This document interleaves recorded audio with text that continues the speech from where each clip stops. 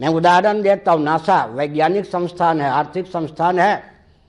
भारत के संस्कृत के मर्मज्ञ विद्वान जब भारत में सम्मान नहीं प्राप्त कर पाते, नासा उनको अपनी ओर बुलाता है, आविष्कार उनका होता है, मुहर नासा लगाता है।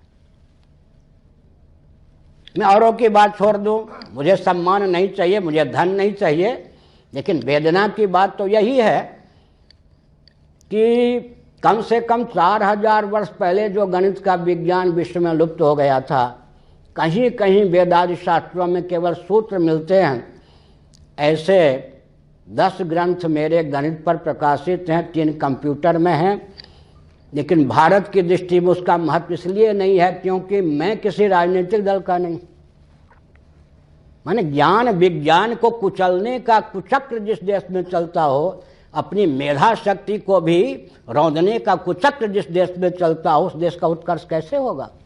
आपको सुनकर आश्चर्य होगा, मैं अपनी प्रशंसा नहीं करता, लेकिन ज्ञान विज्ञान का अनादर तो कष्ट देता है। ऑक्सफोर्ड यूनिवर्सिटी, कैम्ब्रिज यूनिवर्सिटी, उत्तर कोरिया, दक्षिण कोरिया के मूर्धन्य गणितज्ञ मेरे पास 2-2 बार आ चुके हैं।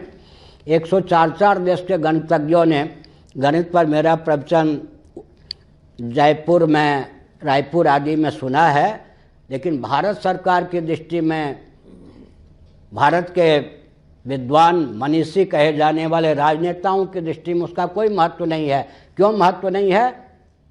क्योंकि वैदिक विज्ञान है, क्योंकि मैं किसी राजनीतिक दल का नहीं हूँ। इसका अर्थ क्या है?